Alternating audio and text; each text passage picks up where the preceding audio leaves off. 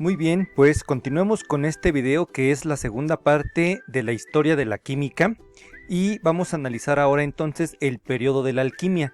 Este periodo abarcó del año 300 a.C. al año 1500 después de Cristo. Vamos a ver en qué consistió esto. Este periodo consistía en una combinación de las artes metalúrgicas egipcias, la pintura y el trabajo del vidrio, aplicando todos estos aspectos a la búsqueda de métodos para cambiar la materia y prolongar la vida. Esto último que estoy mencionando, métodos para cambiar la materia y prolongar la vida, fueron prácticamente donde se enfocaron todos los trabajos de este periodo de la alquimia en lo siguiente. Fíjate, no te olvides, métodos para cambiar la materia y prolongar la vida, no te olvides de esto. Vamos a ver en este caso, por ejemplo, los primeros alquimistas hicieron diversas contribuciones importantes, desarrollaron un sistema para poner símbolo a las sustancias, otorgaban propiedades mágicas a elementos y sustancias. Y bueno, pues uno de los materiales, de las materias, de los objetos que más se buscaron encontrar durante el periodo de la alquimia fue la piedra filosofal. Los alquimistas de esta época trabajaron, hicieron diversos experimentos, diversas combinaciones con la intención de encontrar esta piedra filosofal que aseguraban que al encontrarla iban a poder utilizarla para convertir cualquier material en oro. Con la piedra filosofal iban a poder untarla, no sé, los polvos, el material que fueran a encontrar, untarla a objetos y esos objetos se iban a convertir en oro. Eso es en lo que consistía la piedra filosofal. Y como te dije hace un momento, muchos de los alquimistas en ese momento hicieron una diversidad de combinaciones distintas tratando de encontrar esta piedra filosofal. Y otra más, también buscaron el elixir de la vida. Con este elixir de la vida afirmaban que los ancianos recuperarían la juventud. También este elixir de la vida regeneraría la sangre y sanaría las heridas. Literalmente, como lo podrás ver en esta imagen. Buscaban la manera en la que se pudiera revertir el proceso de envejecimiento. Buscaban evitarlo y prolongar la vida en muchísimos años más de los que normalmente se vivían en ese entonces. Entonces, en este periodo precisamente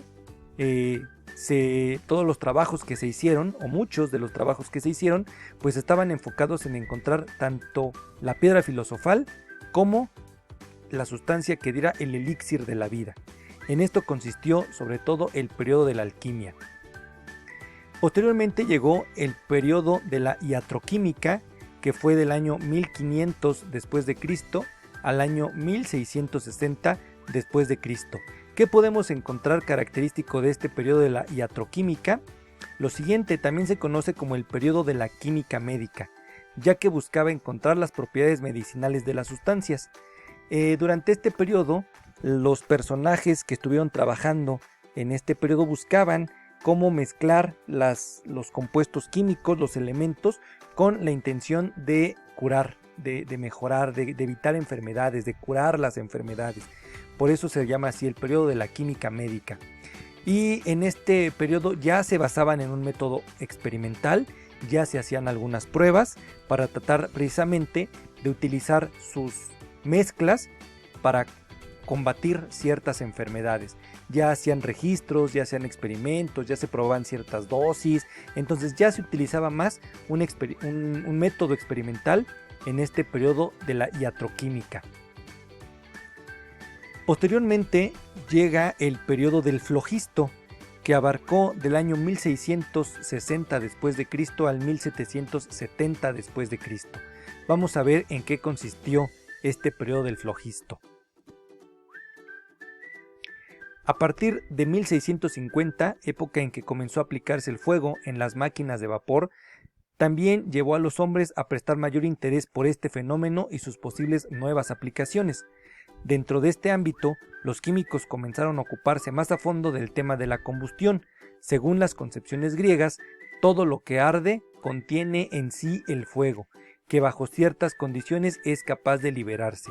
Es decir, Se pensaba que había objetos, que había cierta materia que ya contenía el fuego como en su interior, como una especie de espíritu, y que con ciertas condiciones este fuego se liberaba, quedaba liberado y podía ser utilizado. Entonces en esto se basa precisamente.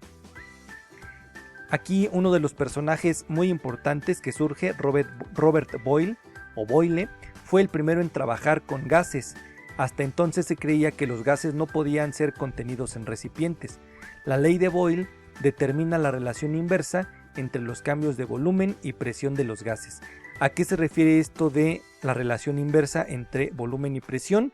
Significa que a mayor volumen, menor presión, y a mayor presión, menor volumen. Es por esto una relación inversa. Entonces, no te olvides, Robert Boyle, uno de los personajes más importantes en este periodo del flogisto. Otro personaje, George Ernst Stahl, propone una teoría para la inflamabilidad de los cuerpos que él llamó flogisto, que significa hacer arder. La propuesta fundamental por Stahl consistía en que todos los cuerpos combustibles perdían algo cuando ardían. El flogisto es lo que perdían. Al mismo tiempo quedaba un residuo conocido como ceniza o cal. Actualmente sabemos que esto es óxido, que carecía de flogisto y que por lo tanto no podía seguir ardiendo. Entonces, con esta idea de que los materiales ya contenían en su exterior al fuego y que solamente lo liberaban, se pensaba que al liberarlo, que al liberarse el fuego, llegaba un momento en donde ya se perdía esa capacidad, y eso era el flogisto, se perdía el flogisto, ya no podían seguir ardiendo, se quedaba entonces la ceniza, y la ceniza carece, en este pensamiento, carece del flogisto, por lo tanto ya no puede seguir ardiendo. Eso es a lo que se refiere este periodo dentro de los conocimientos que se desarrollaron. Finalmente, estamos ya en el periodo moderno. Empezó en el año 1770 después de Cristo y hasta la actualidad, hasta nuestros días. En este momento no se ha hecho alguna clasificación mayor, y bueno, pues estamos en el periodo moderno. ¿Qué se incluye aquí en el periodo moderno? Vamos a analizarlo. Inicia con el químico francés Antoine Laurent Lavoisier, llamado el padre de la química moderna. Él experimentó con la combustión e introduce la balanza para determinar las masas de las sustancias antes y después del proceso, y propone lo que conocemos como la ley de conservación de la masa. Rechazó la teoría del flogisto y propuso en su lugar que cuando una sustancia se quema, se asocia al oxígeno del aire, que esto es algo que ya nosotros conocemos en la actualidad, y fue Lavoisier quien precisamente logró con sus trabajos llegar a esta conclusión.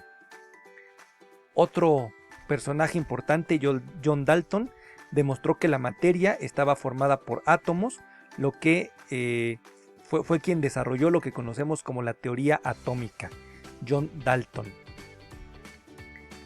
Y bueno, pues como actividad complementaria para este video, te sugiero que investigues cuál fue la aportación de los siguientes personajes a la química moderna. Ya son personajes, ahí tú los puedes observar, son personajes que ya están incluidos en el periodo moderno, y que así como estos dos anteriores que acabo de mencionarte, los personajes que tienes enlistados también hicieron aportaciones muy interesantes hacia este periodo de la química moderna. Entonces, pues esto es algo que te pido que investigues, que te recomiendo, que te sugiero que tú lo hagas para complementar la información que has obtenido en este video. Y bueno, pues finalmente, muchas gracias por haber escuchado y visto este video.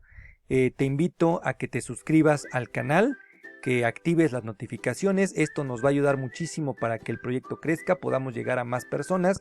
Y bueno, pues también, si tú lo consideras, pues te invito a compartir el video, si es que tú consideras que a alguien más también le puede ser útil.